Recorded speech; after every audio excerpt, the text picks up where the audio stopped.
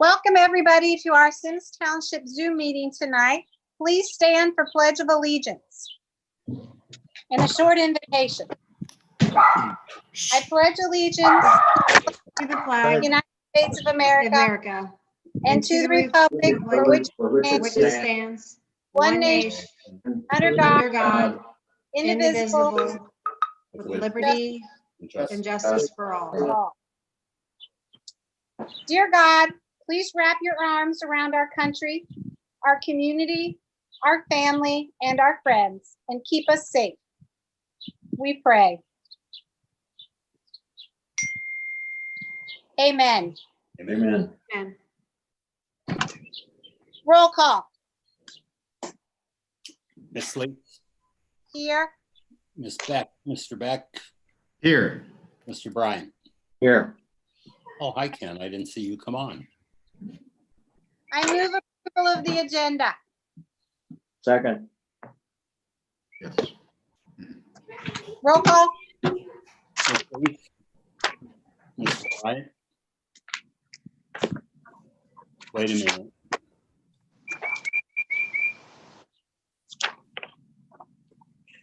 I didn't hear the roll call. I'm sorry. A roll call. I'm sorry. Can you hear me? Yeah. No. Okay. Ms. Lees, Aye. Mr. Beck, Aye. Mr. Bryant. Aye. I move approval of the minutes, regular meeting, May 5th, 2020. Second. Discussion? Roll call. Ms. Lees, Aye. Mr. Bryant, Aye. Mr. Beck. Aye. Fiscal officers report. Joe? In our main checking account, we have a balance of $2,679,500.99. In the HRA checking account, we have $19,975.21. In the credit card checking account, we have $2,110.22. Our money market account is at $1,193,474.78, which earned a grand total of $47.28 in the last month. It would be nice if we could put that money in a different venue, but I know there are a lot of things that we can't do, whether we're restricted on by regulations.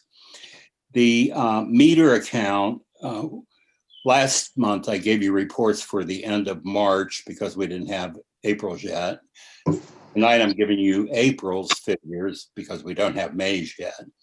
April's stood at $8,146,923.96, which is an increase over last month of $82,560.08. One other thing to report, Kim LaPense got figures on what our increase in insurance costs will be, and it will be an 8% increase.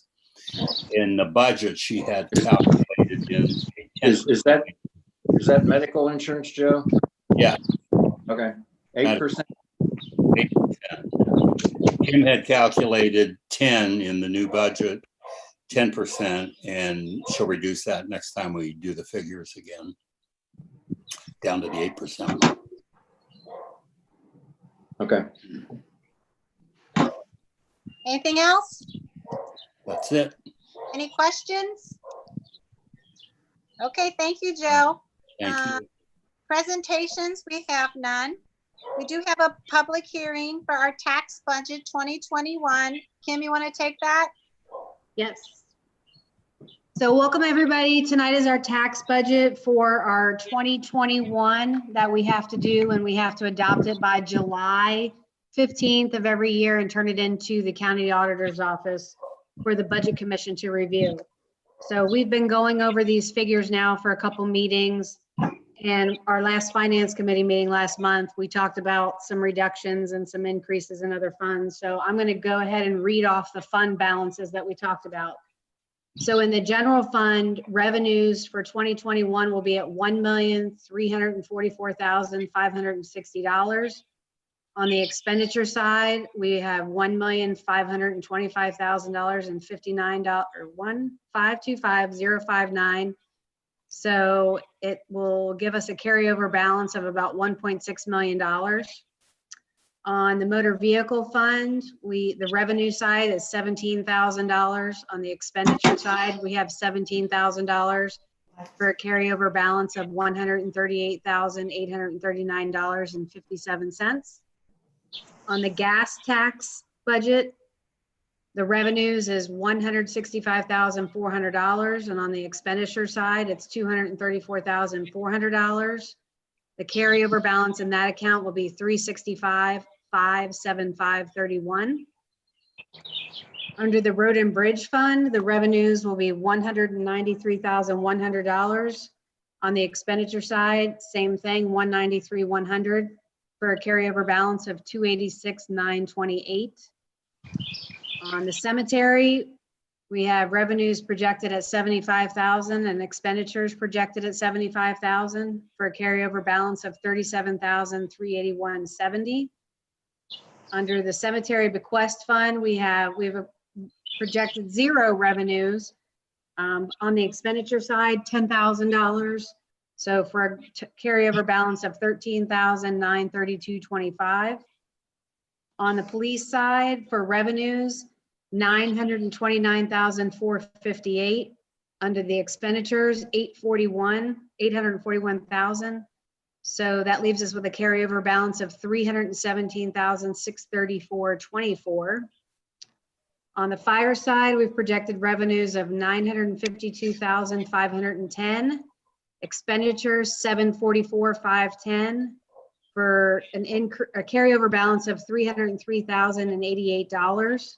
So we tried to increase the carryovers for the police and fire because we were so low in funds going through the remainder of the year. On the EMS levy fund, we project revenues to be $621,150. On the expenditure side, $624,750. The carryover balance will be $288,988.14. On the safety services levy, we project revenues to be $3,791,800.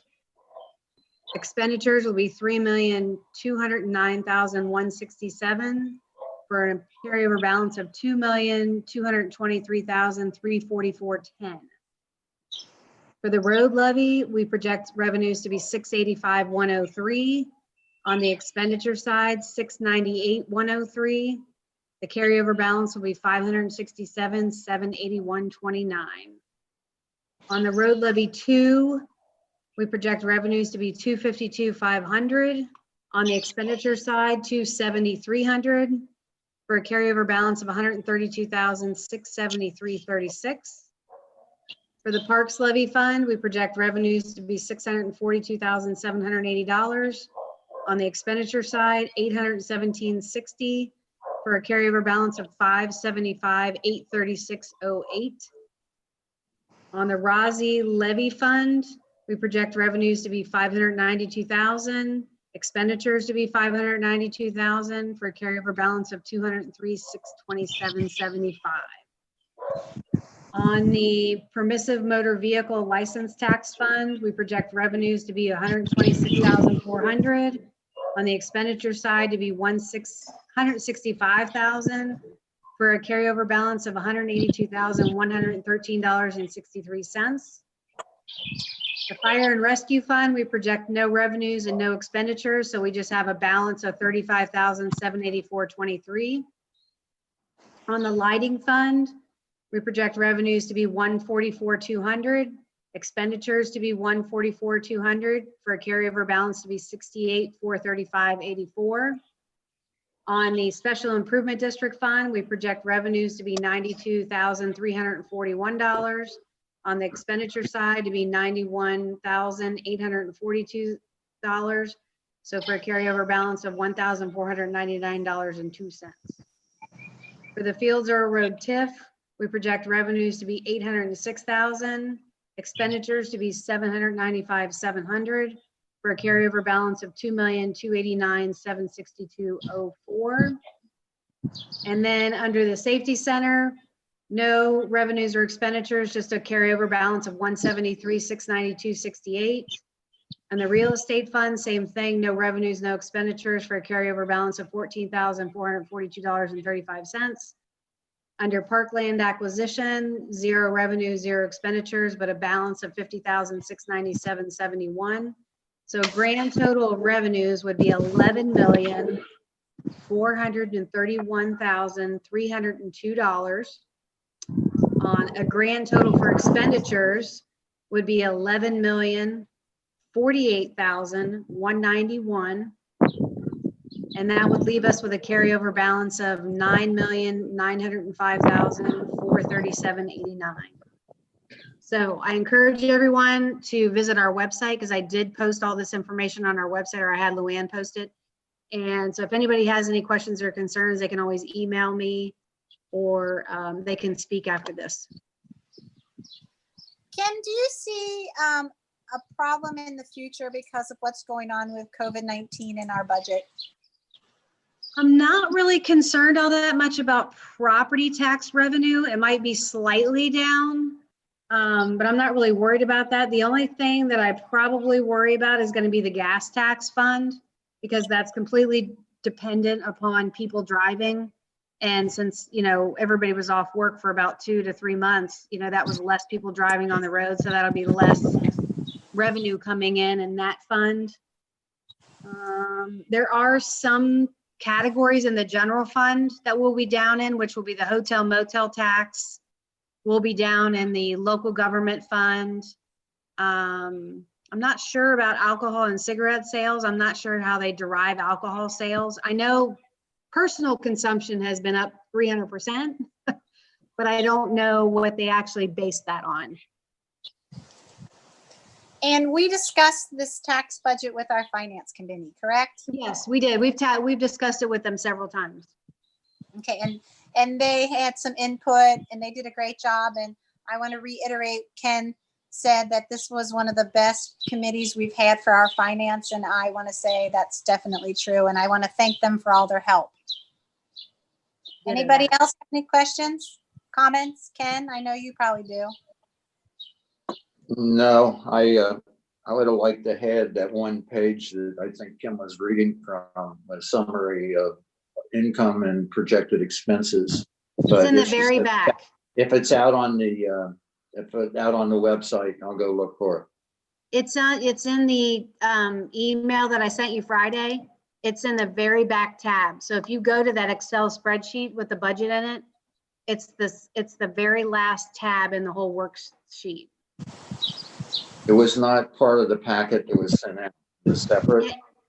When I emailed the whole packet on Friday. Okay, gotcha. I got you. It was the tax, but what you said was made all the changes we discussed in the finance committee, and that was the packet you sent out on Friday. Yes. Okay. So it's in that Excel spreadsheet that was attached to your email. Okay, and it was on a tab on that spreadsheet? Very last tab. Thank you. Thank you. Bill, Joe, anything? I'd just like to reiterate what you said. I appreciate the finance committee's input and help working through this budget. It's a good budget.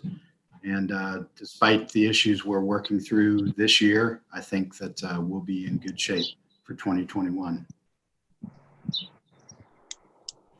Okay, anybody else? I would like to add simply the observation that because I'm very green, because all the trainings have been canceled, we have been extremely fortunate to have the work that Kim LaPense has done. I think we'd be in a world of hurt if she hadn't been there to pick up the pace on this. She's doing double duty. Yeah, thank you, Kim. You're doing a great job. Thanks, no problem. Okay, anybody else? Okay, we're gonna move on. Please remember, if you want to look at it, please go to our website.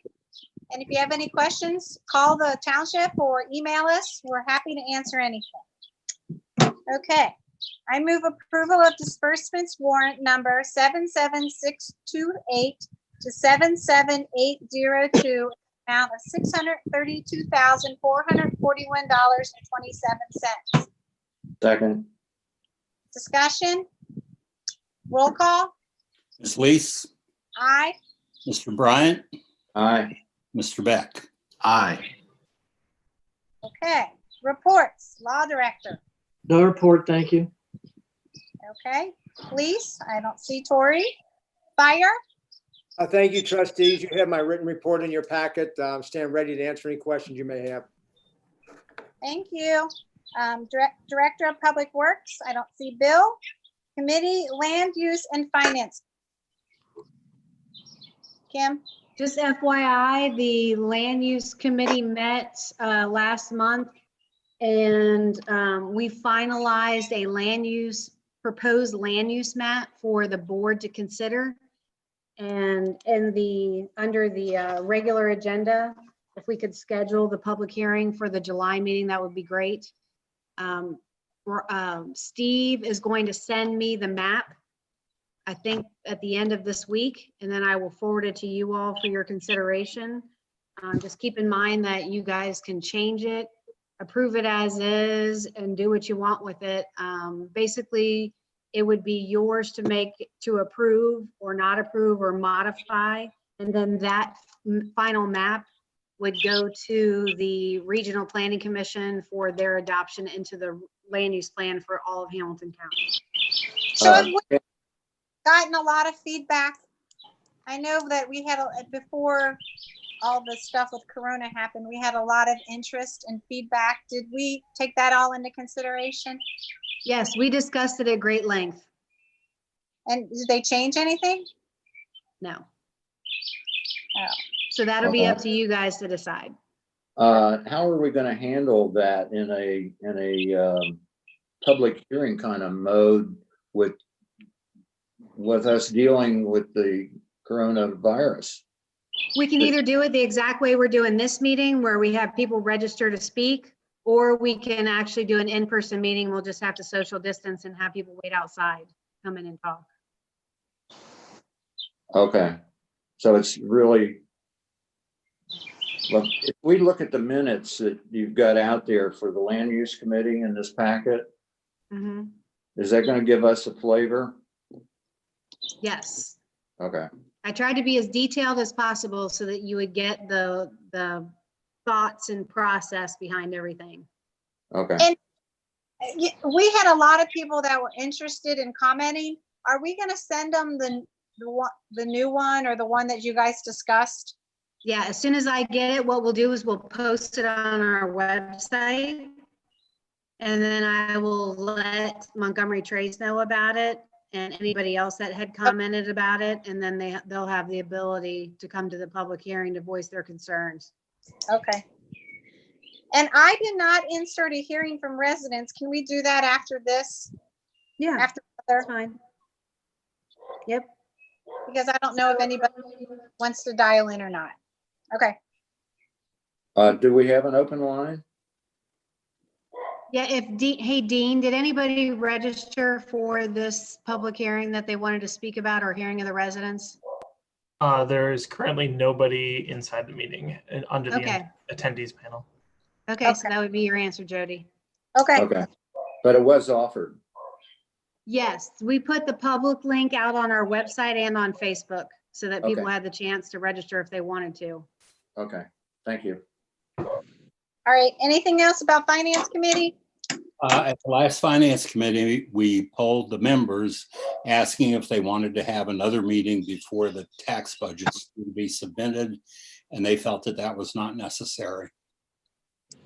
Okay, good. Anyone else? Okay, other?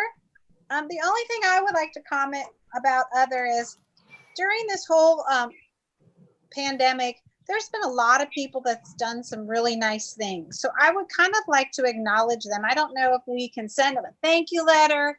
I mean, when this all blows over, if we can invite them into a meeting and congratulate them. Like there was these up at, just for an example, there's a lot more, but like up at Mead, we had a group of children painting rocks for other kids to find. So it made it a lot of fun for people when they were at Mead to look at all these different little cute little rocks that they painted, so people would have something to do. And I know there's a lot of other stories that you guys might know of. I know a gentleman over a couple streets that every day, I am not kidding you, every day he would sidewalk chalk something on his driveway, and he was an artist. I mean, it was magnificent. So I'd kind of like to invite them in, or I'd like to send them a thank you letter, just to acknowledge how much we appreciate what they did during this time to make other people feel better. So I don't know what you guys want to do. I just want to throw that out to you. I have a suggestion. What? I have a suggestion. Okay. Why don't we send a note to all our HOAs and ask them to nominate people? So I would hate to recognize a bunch of people and miss some. That's perfect. I think that's awesome. So if we could canvass through our normal communication paths to get people to nominate people and tell us something about it, then we have a chance of not missing some people who really did some neat stuff.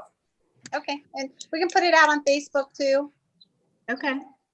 Yeah, in my neighborhood in Palmettos, we've had a couple of key people organize weekly and sometimes every evening events. They've done a spectacular job of that. There you go. It would be nice, yeah, to see them recognized. Okay. And on those lines, I know Camp Dennison Civic League organized a drive-by celebration of the three folks that graduated from Indian Hill High School who lived in Camp Dennison. And they did a really nice job with that. It was a very long line of vehicles that were all decorated and made the kids feel special. That's awesome. Yeah, so we should definitely acknowledge it. It makes the community a nice place to live. Okay. All right. Moving on, correspondence, events and meetings. Yoga in the Park, yay! Starts Wednesday, June 3rd, 2020 at 6:30 Hopewell Meadow Parks. And Yoga in the Park, Saturday, June 6th, 2020 at 9:30 at Hopewell Meadow Park. It's every Wednesday and every Saturday.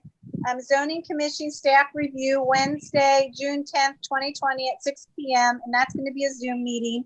4th of July holiday. I know we have some things to talk about tonight, but it's July 3rd, 2020. The office will be closed. Board of Zoning Appeals, Monday, July 6th, 2020 at 7 p.m. in the administration building. Our regular trustees meeting is for Tuesday, July 7th, 2020 at 7 p.m. at the administration building. Let me turn my page here. And I guess that's it, right? I didn't miss a page. So my one question is, are we not doing happy hour? Oh, I was wondering thought, about that too. I thought Luann told me you canceled it for June. Okay, that's fine. I didn't know if it was too wet. So we'll start Yappy Hour in July. Okay. Okay. All right, so we're moving on to old business. We have none. So new business. I move to schedule a public hearing for the proposed Symmes Township land use map for July 7th at 7 p.m. Second. Discussion? I think we already talked about that. Roll So call. this will just happen right before our regular meeting, correct? No, we'll do it as part of the regular meeting. It won't be exactly at 7 o'clock. It'll probably be like 7:08 or something like that by the time we do the Pledge of Allegiance and all that good stuff. So, Okay. Okay. You moved, I'll second. Okay, roll call. Ms. Lees, Aye. Mr. Bryant, Aye. Mr. Beck. Aye. Discussion concerning the 4th of July, a joint firework display with Loveland for $7,500. Okay, I guess I'll tee it up. I got a call from Kathy Bailey She wanted to do something this year with us because I guess the festivals are not a good idea at this current time. So she thought it would be fun if we would put in half and they would put half with the fire department. And we would shoot off fireworks from different locations, and we'd get a map of the area, and we'd like contact some churches, like the school property, and there would be different places that you could go with your family and watch the fireworks. So you could maintain social distancing, still could enjoy the 4th of July. So what do you guys think?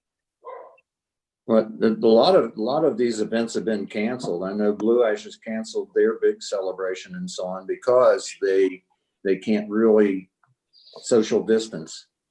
And I think a lot of things even downtown are being canceled in that regard. So I like the attempt to try and create enough venues that you can social distance, but I'm not quite sure how that's going to work out. There's not much time between now and July 3rd. Do you want to comment? Yes, Mr. Bryant, we put together a map for the city that was showing the opportunities for people to come watch the display in their automobiles. And when you look at the map, you take into account in the city, Loveland High School, Boyke Park, Phillips Park, and in the township, Symmes Park, Home of the Brave Park, the Meadow, the Mead property. And then there are numerous churches in Symmes Township on the north side and in the city of Loveland on the south side, including even some parking at the middle school on Lebanon Road. So the idea, the concept was that people would come and stay in their automobiles or stay around their automobiles, social distance, and be able to watch the display. And by moving the city's display up on the hill, and if the township has a display at Symmes Park, they're right next to each other. And because of the gross amount of residential properties there are around the high school that are in the township and around Symmes Park that are in the city of Loveland, it would be an ideal location where a lot of people could, Symmes Township residents and Loveland residents, would be able to watch those displays from their own home. Doing that, moving it to a 6-inch shell instead of a 4-inch shell, the display would be much higher. And if they had the displays together with the city of Loveland and Symmes Township, it would give 40 minutes worth of fireworks instead of 20 minutes worth of fireworks. That could be finalized with a grand finale at the same time, where the township's grand finale would go off at the same time the city's grand finale would go off, which would give a pretty nice display for the residents of both communities, as well as there are hundreds of parking spaces that are available. Okay, so if I understand correctly, you're talking about 2 locations where pyrotechnics are shot off, but with multiple opportunities to see it at other venues. That is correct. Okay, With I like that. I was wondering how we could do many different venues for $7,500, you know, but you've explained it quite well, Odd. Thank you. It would be both jurisdictions pitching in 7,500. So we would pitch in 7,500, Loveland would pitch in 7,500. I think, is LSFD putting money in too, Chief? Yes, the Firefighters Association. Okay, Okay. so that's why he's saying it would be a big 40-minute display because of all the contributions toward it. So is it actually 2 separate shows, if you will, or is it one show that you can see from all locations? Well, it's 2 shows, 2 locations that are shot off simultaneously. Well, not simultaneous, shot off one after the other. So one would be shot off from Symmes Park, which is right next to Boyke Park at the high school. So they would have, that would give us the additional 20 minutes. So that would give us the 40 minutes of fireworks. And then both grand finales would be shot off from those 2 locations. It would give a pretty nice display. Would it be possible for Loveland to see the Symmes burst and vice versa? Yes, that's why Rozzy would propose using a 6-inch shell instead of a 4-inch shell. Normally what we would see at Symmes Park would be a 4-inch shell, but the 6-inch shell should get us much higher and be be a much nicer display. I think it's a great idea. This is very exciting. Seems to me that you've been working on this quite a while, Hot, because you're right on top of it. I was asked to do the map on Friday, and Okay. we have some great folks in-house here. Chief Turner is really good at illustration, so he was able to put that together thanks to Google Maps. Okay, now we're gonna have to distribute that, right? So that a lot of the residents can see where the good places to go are and things like that. So is that, you say that map is now available? Yes, if the trustees approve that, and you're moving forward with that, I believe the concept was a joint press release between the township and the city, including the map showing the locations where they could park.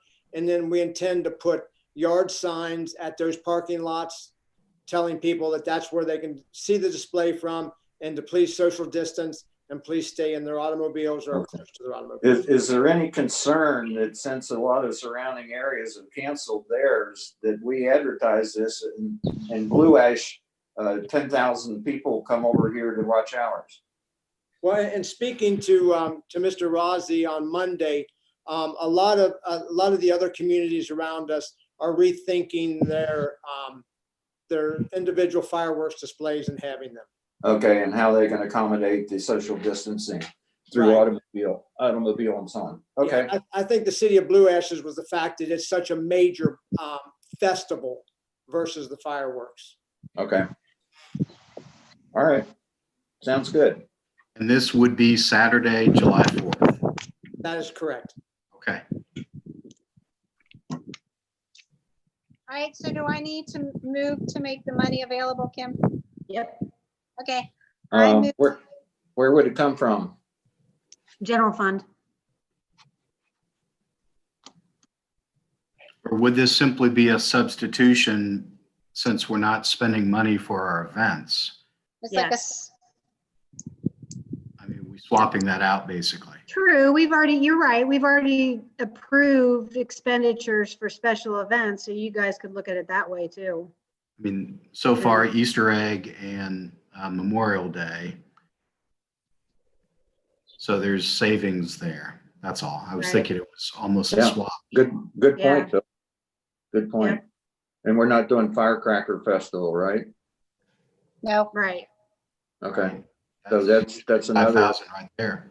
yeah, well. All right, I'm all for it. I'm sorry, go ahead and call your motion. okay, I move to have a joint firework display with the city of Loveland not to exceed $7,500. Second, Roll call, Ms. Lees, aye. Mr. Bryant, Aye, Mr. Beck. aye. And thank you for coming up with this concept. This is exciting.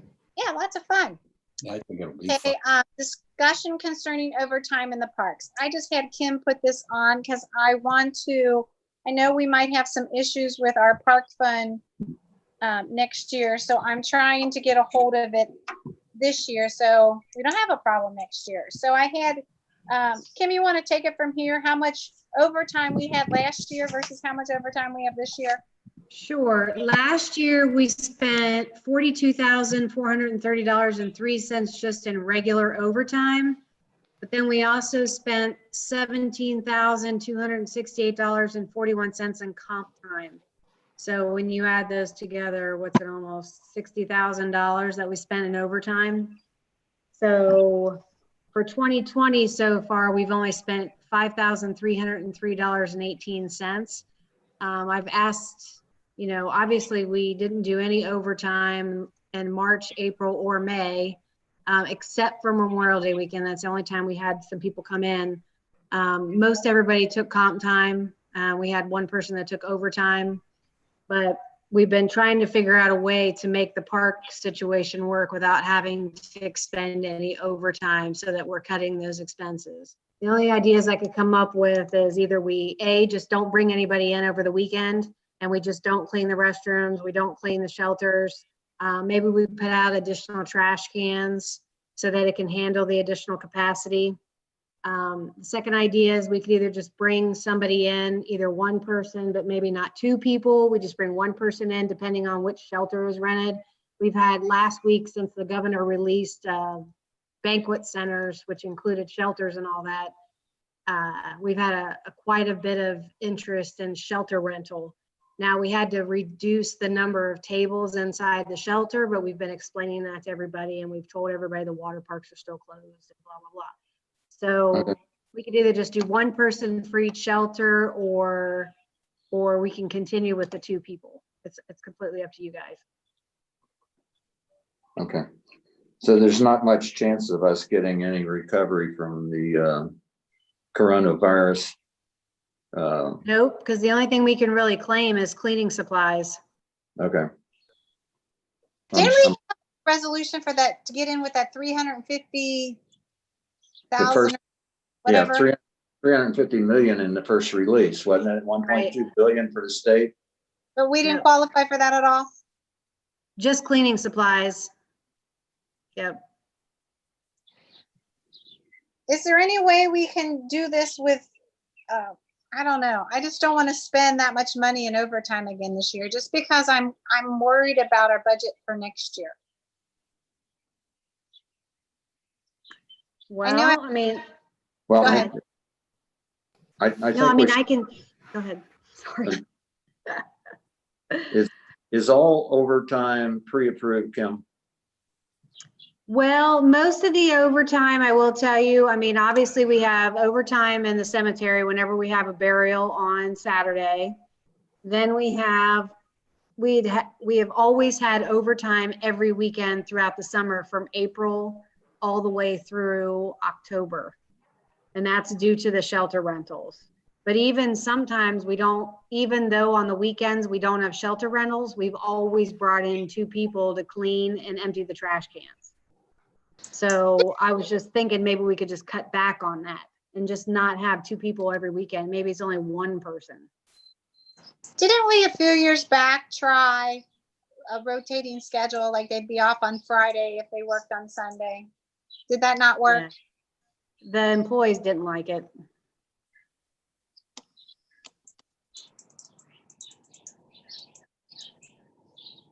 It would be not, I mean, that would be another idea to, let them go home early on a Friday.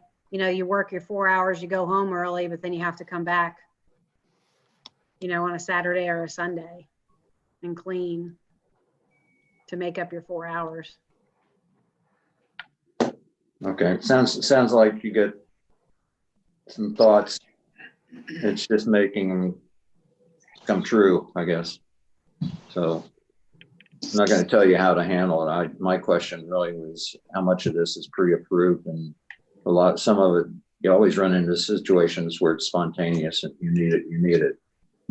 But I'm with Jody in the sense that we'd like to try and reduce what we've been spending and see if we can get our arms around this thing and control it better.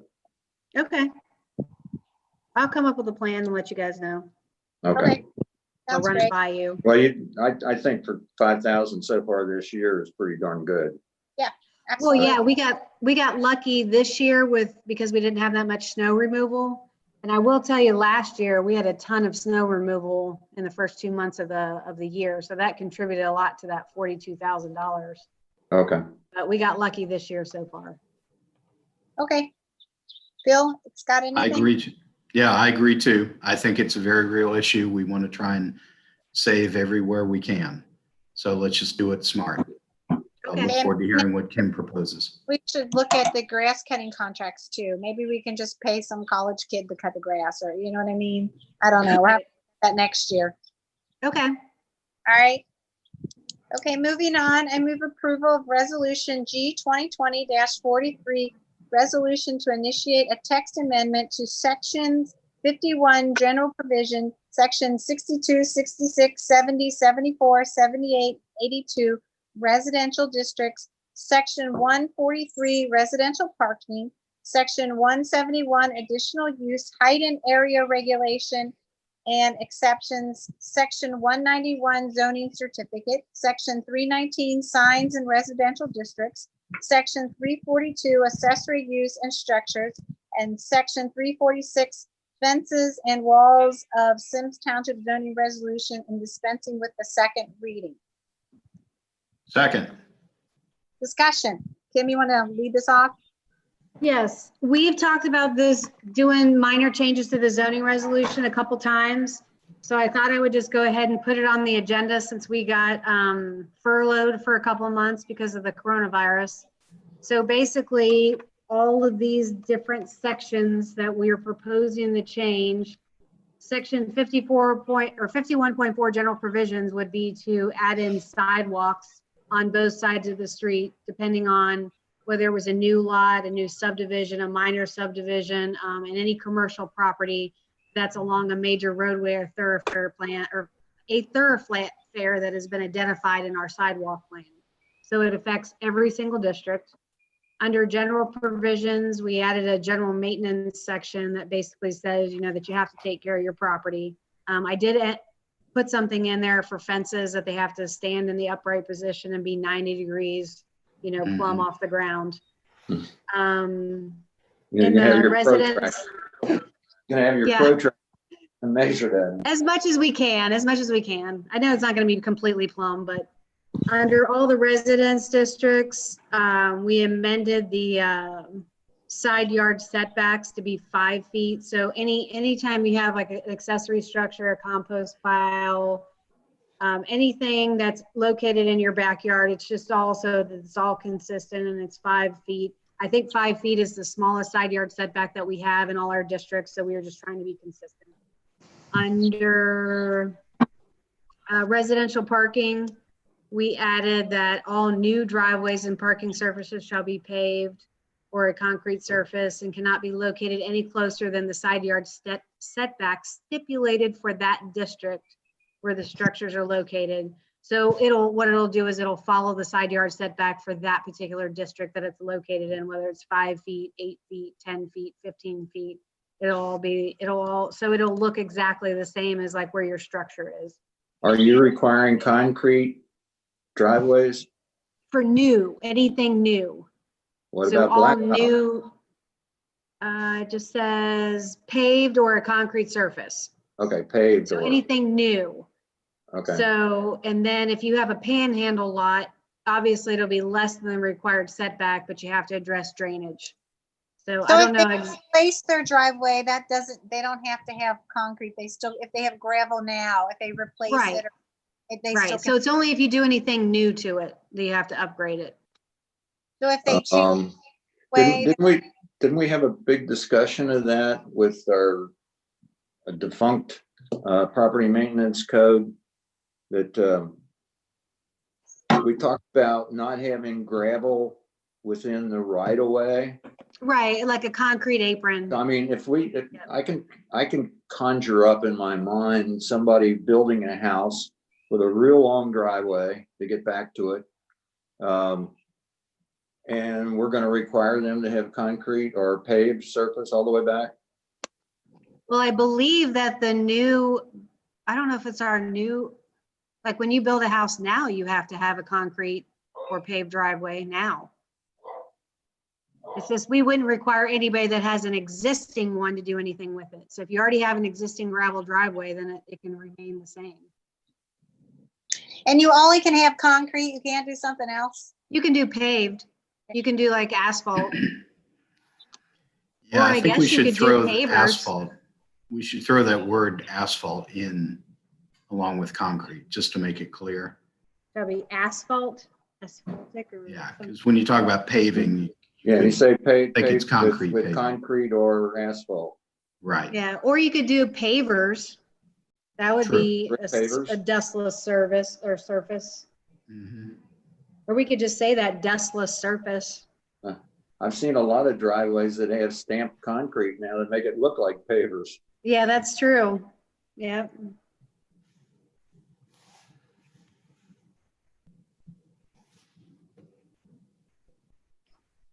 Okay, and then we say no commercial vehicles or trailers shall be permitted to park on any public street. Under section 143.4. Is there a time limit on that? I believe we have it in other sections of our code that Okay. you're permitted that 24 hours or 48 hours for Well, I'm- loading and unloading. You know, but okay. I like that, loading and unloading, because you can have moving trucks or people that isn't a permanent kind of thing or a repetitive situation. So what Yeah, you're well- saying here is they couldn't park it, if they work all day long, they come home and they can't park it every night in front of their house. Right. And that's what we have in some areas where people are just parking the RV on the street.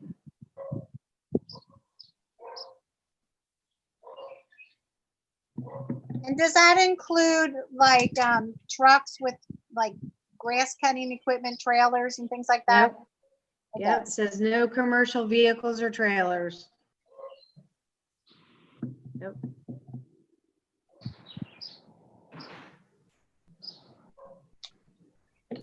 Any more comments on that section? These things don't go into effect until 30 days after it's passed, right? Well, actually, this would just be to initiate the process. So this would have to go to Planning Commission, it would have to go to Zoning Commission, then it would come back to you guys for a public hearing. So all this Okay. is just to All right, initiate okay, the all right. changes. I'm satisfied with that. Right, so it can change as it goes through the process. The Zoning Commission can make comments or changes, the Planning Commission can recommend changes or comments, and then you guys could even change your mind by the end of the process based on public Okay. comments that you get back. Good enough. But I just wanted to at least get it started so that we could start down the road on this. Under section 143.4, parking of boat, trailer, campers, RVs, or mobile homes. So this is the actual parking part.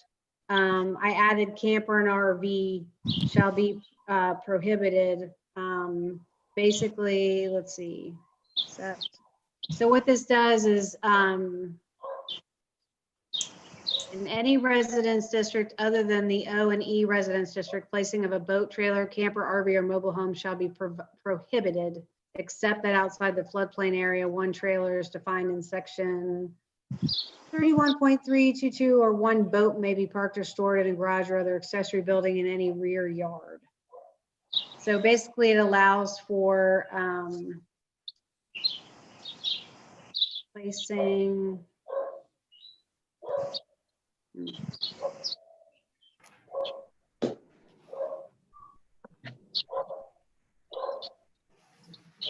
trying to make sense of that section. Yeah. In any residence district other than O and E residence district, the placing of a boat, trailer, camper, RV, mobile home shall be prohibited. This doesn't prohibit someone who's like getting ready for vacation and they park it in front of their yard for a few days while they're getting it ready, right? No, we have a section in here somewhere that says you can unload and load it for 24 or 48 hours. I probably just don't have this section in this section. I got a note to myself to But look you at that can't one. connect again. up your electric and your water lines to it, can you, and run across the Right. sidewalk? Well, and I think this is what this section is saying, is that you can't permanently. Would that affect that? Technically, technically, it's already saying you can't do that. It says no occupancy for human habitation shall be maintained or business conducted therein while such trailer or boat is so parked or stored. Well, I guess you're just storing it. So Do you- here, next question. Is this complaint driven like we talked about in the past, or this would be Emily going out and taking people? It's typically complaint driven, Okay. So we're not going to have Emily driving by and, not unless somebody complains. okay. All right, Sure that's- you are. Because But Emily I can't drives say that it around. doesn't happen. It does happen Emily sometimes. drives around Emily looking drives for by and takes people. violations. Yeah, I mean, if she drives down the street and she's looking at another violation, she's not going to ignore it if she sees it. What if we put in a stipulation for a not-for-profit? Hmm. It's 'Cause okay with otherwise, you're right, she's in violation according to this, Yeah, according to this, she is already in violation. and I don't think we want to do that. no, because they do a really good job for the community.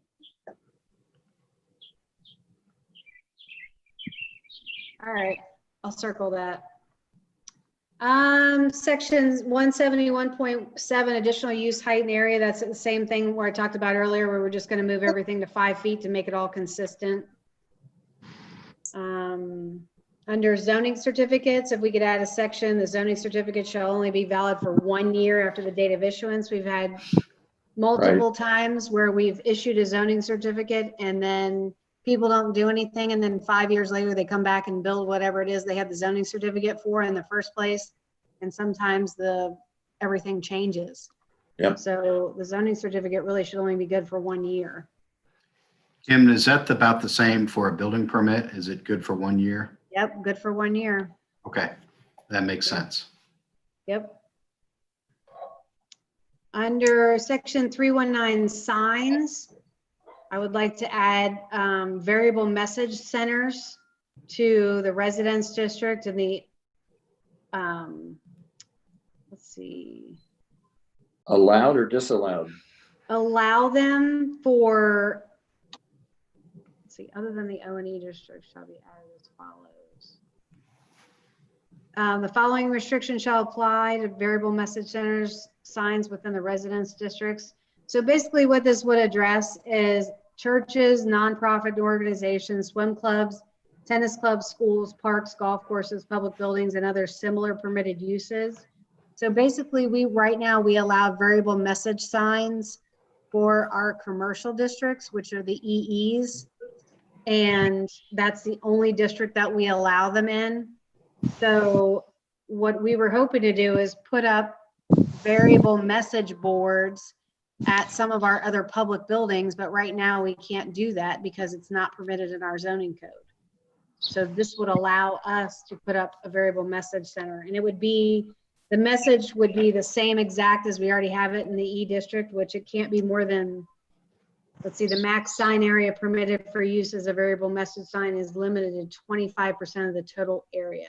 So it could only be 25% of the sign of that message that you're displaying. I know that we've also had requests to do it in the O district too, in the office district. Because I know we've had questions about the church on the corner, is that Union Savings Bank, that they have a message sign now. I think that's a non-conforming message sign and it's dying and it needs to be replaced. So the only way they could do that would be to get a variance. So this would allow them to put up that sign in that district as well.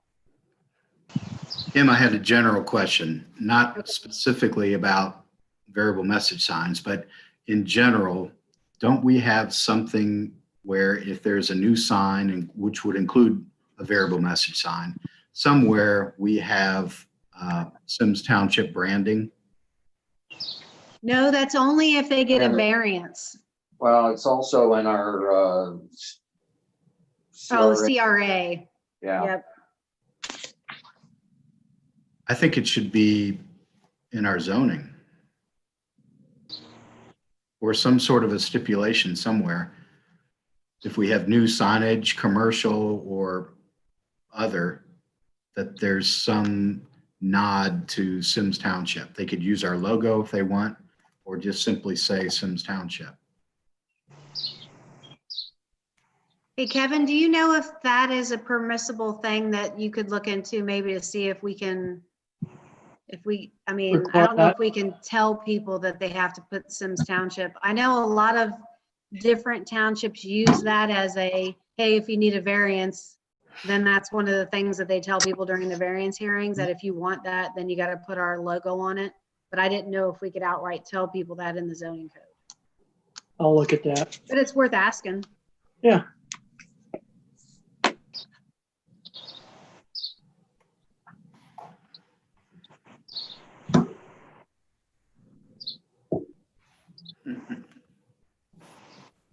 Okay, under section 342.5 play devices in rear yards, we added tree houses to that because we had always excluded tree houses, but some of these tree houses are so huge now that they really need to be identified and classified as an accessory structure. And the side yard setback, or the minimum setback would be 5 feet to match the other 5 feet that we have everywhere else. We had an instance in a neighborhood where it was actually hanging over the property line, and it was a pretty large tree house, and we had issues with it. So we need to start requiring zoning permits and things of the same like, but we have to classify it first in our zoning code in order to do that. Under section 346 fences and walls, we talked about having fences set back from fire hydrants and any other public utilities. And that came from the fact that we couldn't open a fire hydrant. I couldn't remember if it was in the Warren County district or if it was in the Loveland side, but we couldn't open a fire hydrant because the wrench was hitting the fence. So the fences need to be set back a little bit from the from all our public utilities. Okay. A couple questions, Kim. Yep. When we were working on the property maintenance code, we identified some areas that we wanted to try and address in zoning. How does all these text amendments address some of those things, like swimming pools, fences around swimming pools, things like that? Well, if you look under general provisions, the section 51.5 that I added in there, it talks Okay. about general maintenance standards. So basically, I mean, I know it's kind of vague, but it just basically says any lot in a district shall be maintained and kept in good condition and good repair, including all structures, buildings, accessory buildings, fences, pools, and play structures. Okay. All So property fences, owners are pools. expected to mow grass. Okay. Fences and pools are in that verbiage. Yep. Okay. Right. So we're not going to go out and nitpick about, peeling paint or that. I think it basically just is a message saying, your house has to be in good repair. So obviously if we drive by and there's a big hole in your house, that's going to prompt us to send that property owner a letter saying, hey, you got to take care of this hole in your house. Or the health department's Then gonna if come we- and see if animals are inside. Right, exactly. And then we've had a lot of complaints about fences, where people don't repair them. We've got a situation now over on Pinto where we have a neighbor that the fence is pretty much falling over into the neighbor's yard, but we don't have any mechanism to make the guy fix his fence. Okay. So, Well, look, and the neighbor keeps calling us and we keep telling him, sorry, we can't do anything. okay. But if we change this, is there any grandfathering going in? No, there would be no grandfathering. You just have to take care of your stuff. Okay. So can we put this where this is going to be on our website? Yes. Post Yes, we'll change, put it on our website. Yep. and we send it out to the HOAs so they can send it out to residents, and then we'll put it on Facebook and any type of media that we have, because we want to make sure people understand we're being upfront and we're not hiding anything. This is what we're doing. I just want, whatever we need to do to get it out to the people. Okay. To amplify what Jody just said is, I think it'd be great if we could tell them that this is initiation of a sequence, and here is the sequence. Right. Okay, that the end all of what may transpire comes down to a public hearing. Okay. Okay, so let's explain to them what our thinking is and how it may impact them and how they have an opportunity to get their oar in the water. Was there any other way that we need to get it out? Didn't we discuss this in the past? Social media, HOAs. What did we were doing for people that didn't have HOAs, Kim? I think it was website, social media, electronic newsletter. So what we can do tomorrow Oh. when we send out our electronic newsletter is let people know, hey, this is in the process. And then when we send out our regular newsletter, hopefully that'll get all the people that don't do social media. Okay.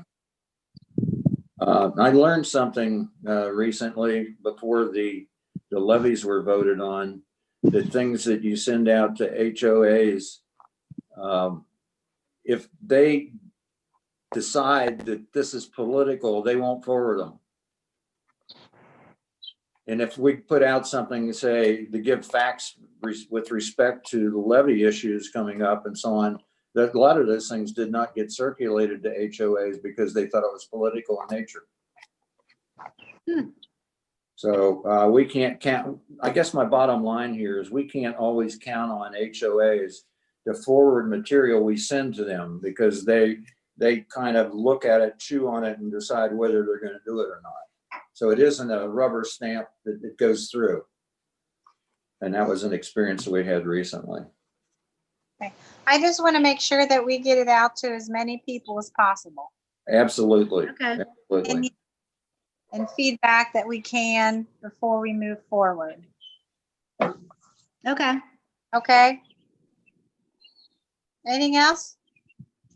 So Nope, do I you could just, roll call? yep, we need roll call. Ms. Lees, Aye. Mr. Bryant, Aye. Mr. Beck. Aye. And this is just for the initiation. That's all we're doing Right. tonight. Right, this just initiates the process and then we'll send it to Brian and then he can send it to planning commission, go to zoning commission, then it'll come back to you guys for final approval. Okay. And these just basically address the issues that we have in the township, nothing more. Right.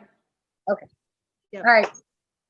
I move approval of resolution G 2020-44, resolution revising Symmes Township Personnel Manual, Article 2, Condition of Employment. Second. Discussion? Yeah.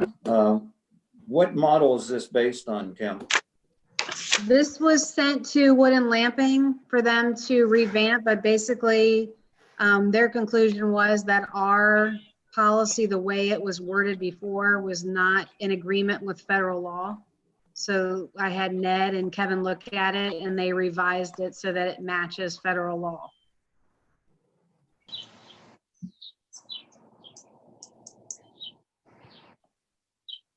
Okay, I'd like Basically to what it think boils about down this. to is I'd like to think about this one a little longer. Yeah, yeah. How's it different? It's That's vastly major different. It difference basically is says you can't restrict, it's freedom of speech. You can't restrict anybody from any political activities or having freedoms of speech.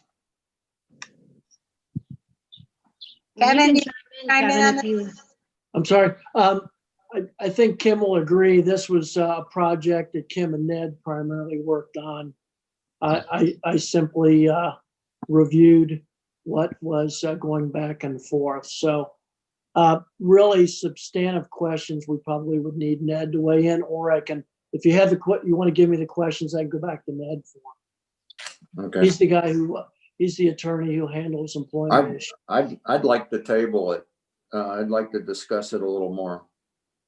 Well, basically, all it says is when township employees are acting in their official capacity or commenting on matters within the scope of their normal duties of the township, they should act and Okay. speak consistent with township policy.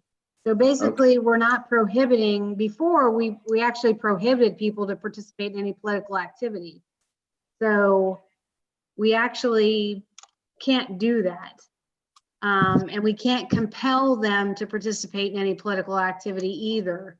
So basically you're just asking people or telling people, you know, when you go out onto social media and you go out onto the internet or you do anything that represents Symmes Township, you have to act in a manner that is consistent with our policies as a township. So if you want to have your own opinions about things or own political opinions about things, you have to do it as you're representing the township. So you have to kind of watch what you say, basically, is what we're telling the employees. But we can't prohibit them from saying it. And the new policy, they can say it, right? Yeah, because they're protected by the First Amendment. Okay, so Phil, where you work can't be political. Sorry, say that again? Where you work, you sign an agreement saying that you are not going to be political, right? We, as county employees working under the administration department, cannot participate in campaigns associated with county level politics. Yeah. That's what I recall. And I don't see that in this new policy. That's because you probably can't do that. Basically Phil is voluntarily signing that as a county employee.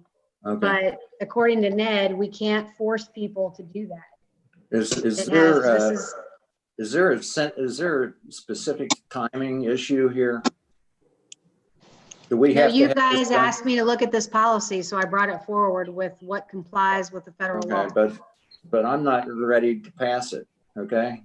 Okay. I'd like to know more about it. That's fine. So I'd Hey, like- just so okay, you when know, you need Ken, to know- the before and the after is in the packet. Yeah, So I've the looked at it. Original is 19 years old and it's vastly different. I think Yes, the vastly new one different. is very well written. Vastly different. Okay, so you want me to table it till next month? But you're what questions do you have? I mean, I need specific questions that you have so I can tell Ned what your Well, if concerns I are. sat down and talked with you, I could go through all these things, but I don't want to do it here on this. Right. Can we That's fair. postpone it till next month? It might very well be the same thing. That's why I'm asking if it's a timing issue. No, No. it's not a timing issue. Mm-mm. Okay, It's just something that needs to be done. okay, and we don't have any elections coming up between now and next month, right? Hopefully not. Okay. Okay. I Indiana moved did today. in G 2020-44. I moved the table. That's what I said. I moved to Oh, table. okay. Okay. Second. Roll call. Ms. Lees, Aye. Mr. Bryant, Aye. Mr. Beck. Aye. And Kim, thanks for taking this one on. I appreciate you working on the update. Okay. It could very well be the same thing next month, Kim. I just want to look at it a little more. Okay, well, I just, just let me know what your specific questions are because Ned's the one that wrote it and he basically had to rewrite the entire thing because everything we had in the old one was against the law. Okay. So- That's what we were Or afraid wasn't of. compliant with federal guidelines, I should say that. Okay. Okay. Thank you. All right. I move approval of resolution G 2020-45, resolution authorizing the township administrator to sign an amendment agreement with Choice One Engineering for engineering services for Union Cemetery Road sidewalk project in the additional amount of $9,500. Second. Discussion? Yeah, we're getting it going. Yes, basically, we have some work agreements and some easement language that we have to work up for some of the easements that we're going to need along Union Cemetery. Mainly, it's around drainage structures, and it's around the corner where we're going to have to take some of the front yard of that one corner property where that house was torn down. I think Mr. Richardson used to own it. And now Right. Mr. Fear owns it. So he's well aware that we were pursuing sidewalks in this area. I've had a conversation with him about it. But basically they're going to prepare all the easements and then we will ship it to Wood and Lamping to finish it off. So where they, actually get the agreement signed and get it recorded and all that good stuff. Okay. Are we going to be pursuing property owners to see if they'd be willing to donate their land if necessary? That's opposed what to this us having to process buy will it? be. That's Okay. what this process will be. So, I mean, we'll send Rokina out and then she'll actually talk to the homeowner about donating those particular pieces of property or those particular easements that we need. Okay. All right. Roll call. Ms. Lees, Aye. Mr. Bryant, Aye. Mr. Beck. Aye. I move approval of resolution G 2020-46, resolution authorizing the township administrator to enter into an agreement with Ivan Wood Recovery to receive yard waste from the residents of Symmes Township in the amount of $7,250. Second. Discussion? Where is this place? It's down on 126. So I think it's 110 Glendale Milford Road. It's a Milford address, but basically it's Irvine Wood Recovery. It's where LA Supply was taking all of their materials to be ground up. We've been talking to him for several months now, and he finally agreed to take the yard waste from residents. So all the same restrictions are in place where you can't take any commercial deliveries down there, or you can't, you can't be a business basically dropping it off. You have to be a resident of the township, and you have to own property in the township to do it. And then they would charge us the $1,450 a month, and basically keep a log of everybody that comes down there to drop off the yard waste. Okay, that's actually in Claremont County, isn't it? Mhm. I think so. Yeah, It's on the other side of Little Miami River. yeah, I know where it is. The price on this, Kim, their season coincides with the one that thought we were going to get with LA Supply.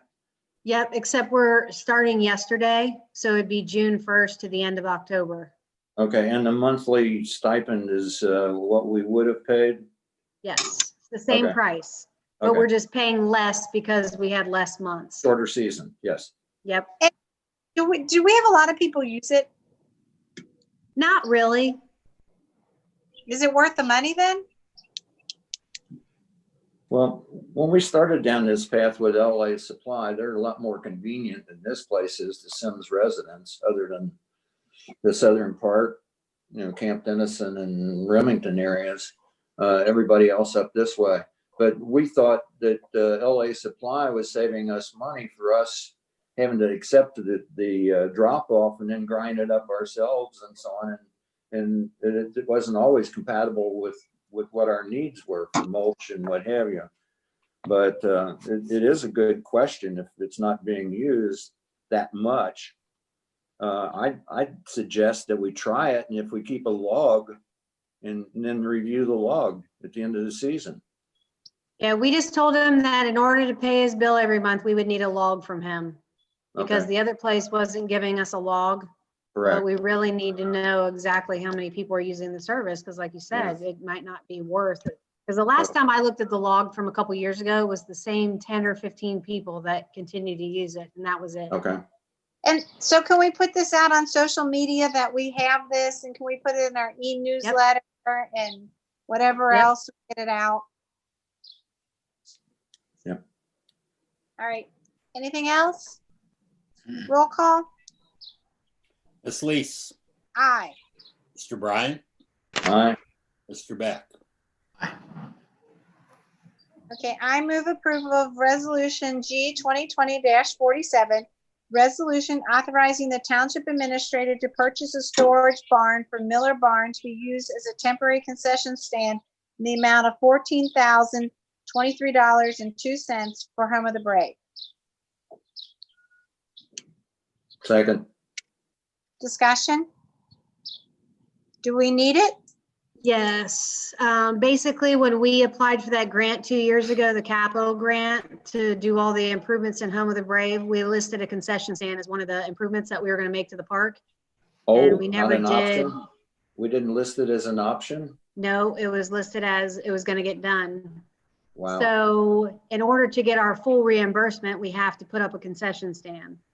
So when I talked to ODNR last week, they said that we have to do something. So when I talked to Bill about it, we thought, well, maybe let's just go ahead and buy a temporary building that we can go ahead and put up at this moment in time. So it fulfills our concession stand requirement. We go ahead and get our reimbursement back, and then it'll give us time to build a permanent concession stand. And then we will still have this temporary building that we could move to another location and use it for another purpose. So whether we want to move the concession stand over to, let's say we create more soccer fields over at Symmes for lacrosse or whatever, or we move it to the front end of Home of the Brave for the soccer people. At least we have that ability to move it around and use it for different purposes. And we It's can, not easy to move it. I'm Well, sorry. we can Joe. pick it up with forks and move it. It's So it's a like movable fall- structure. we can use it for like Fall Fest or. Yeah, we could. Yeah, something like that. Our events. Yep. Yeah, it's 16 by 40. Okay, well, Yep. I'm just saying that, you know what I mean? Big. Yeah, not easily moves a 16 by 40.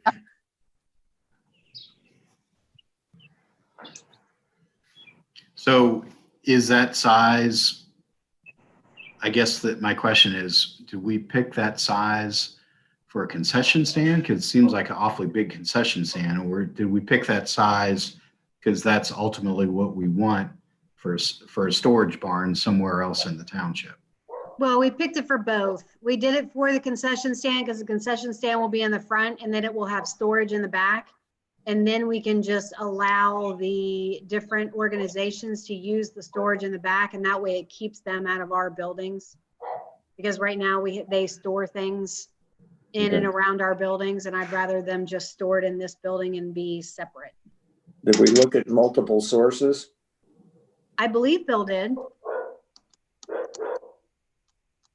Could we use our existing maintenance building that's right next to the baseball fields as a temporary concession stand? It's a long walk. Yeah, but it's not on the, yeah.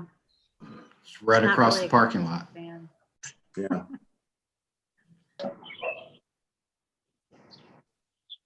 Okay. $14,023.02 isn't a whole lot of money for a 16 by 40 building. But I'm wondering if we could buy something smaller and get it sooner, that just operate, I grant that you do want storage for your teams and so on, so.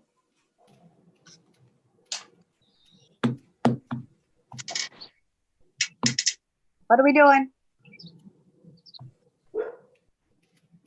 Well, it's been moved and seconded.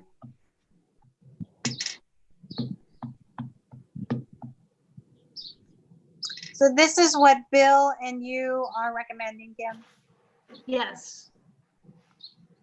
Because we can't get our grant, we can't get the money unless we put up a concession stand.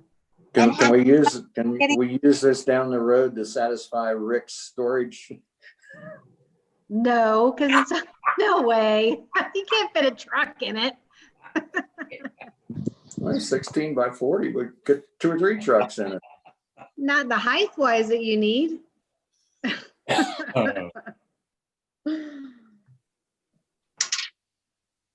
Okay. No, but we could definitely use it to store other equipment down the road. Okay, Phil, is that it? Any questions, comments?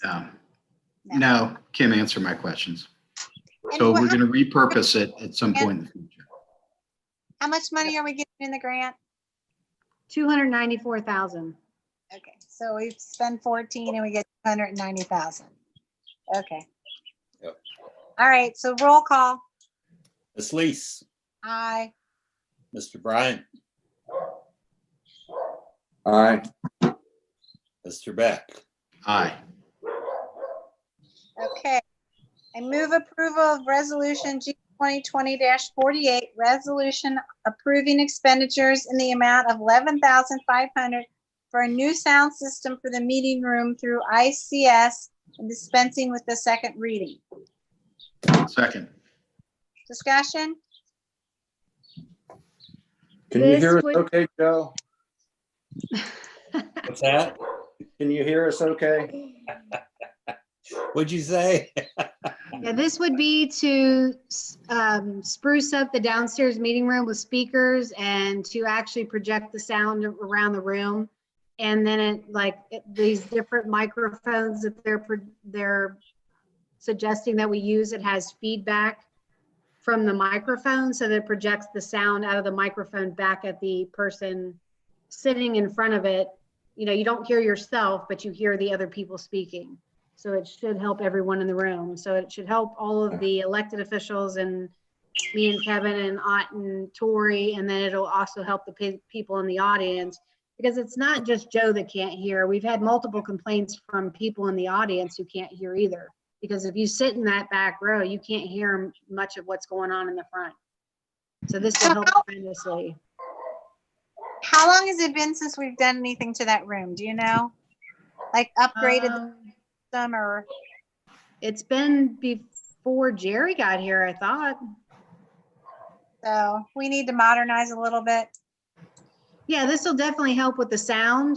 And then we're gonna get some acoustical tiles to go around the whole perimeter of the room at the top. Well, that'll help, reduce the bounce of the sound in that room.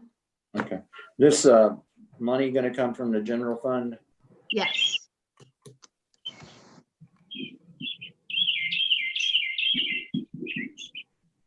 Well, I feel like I'm outdoors between Jody and Joe's pets. I know, I have, do you have my birds tweeting? Is that yours? I hear that's yours, not mine. Bird.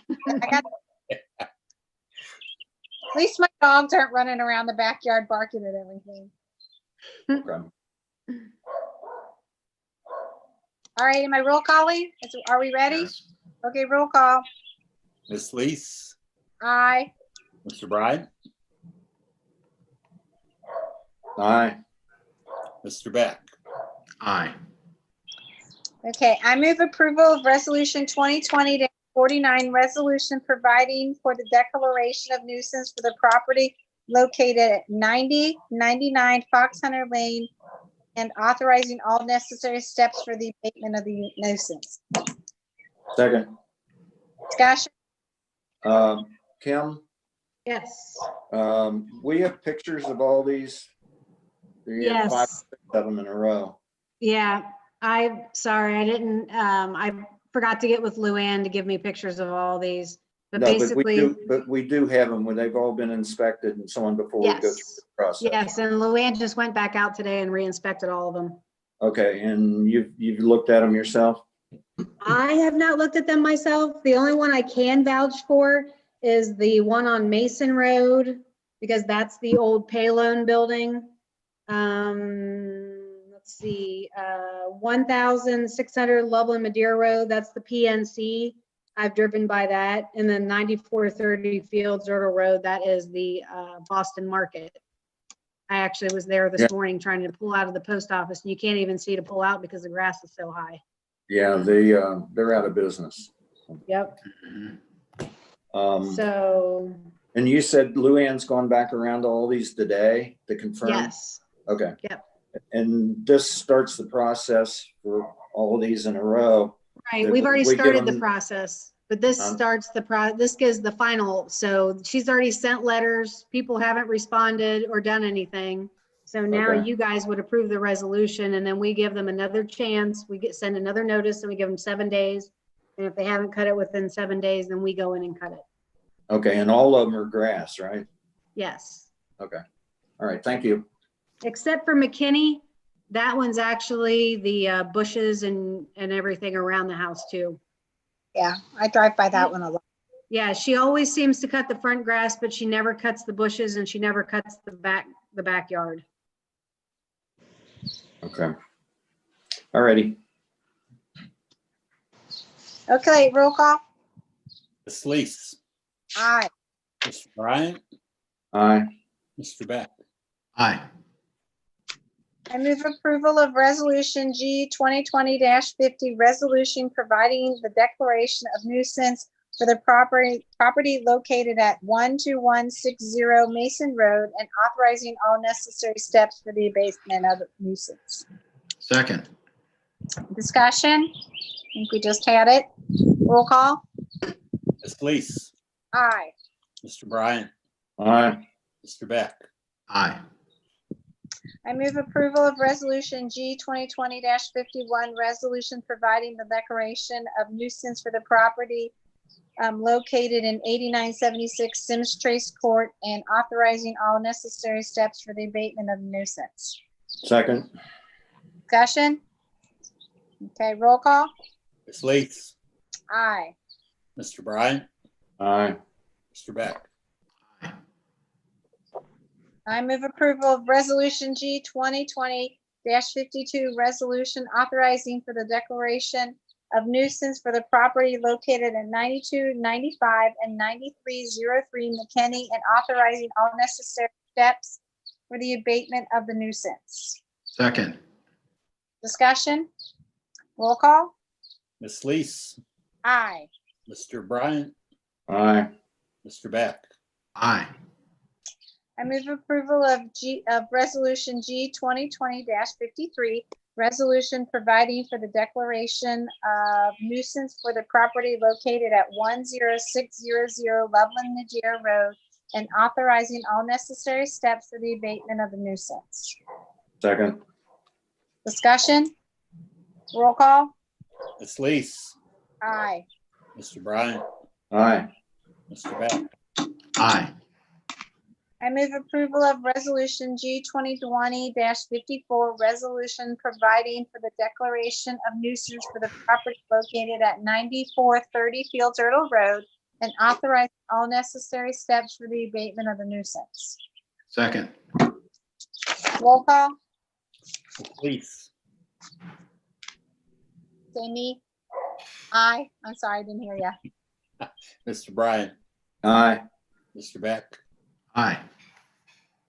I move approval of resolution G 2020-50-55, resolution authorizing the township administrator to sign an amendment with the original agreement with the Ohio Department of Natural Resources for a capital improvement community park recreation / conversion project.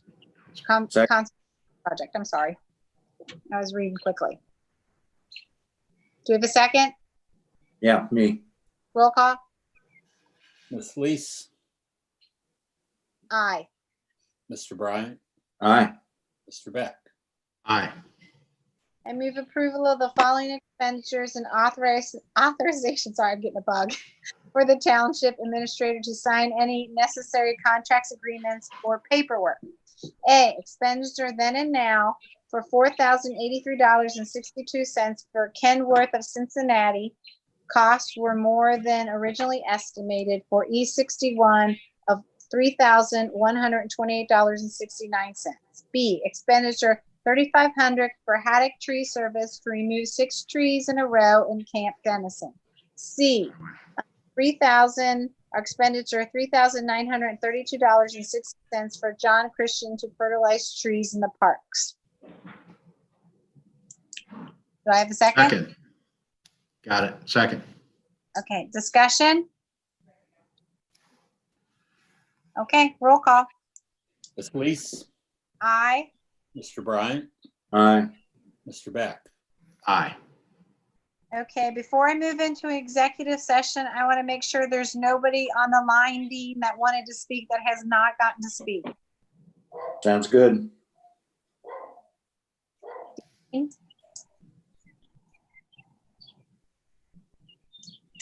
I guess not responding, Kim. Hey, Dean, was there anybody that ended up registering? Mhm. There's no one in the attendees. Okay, thank Okay. you.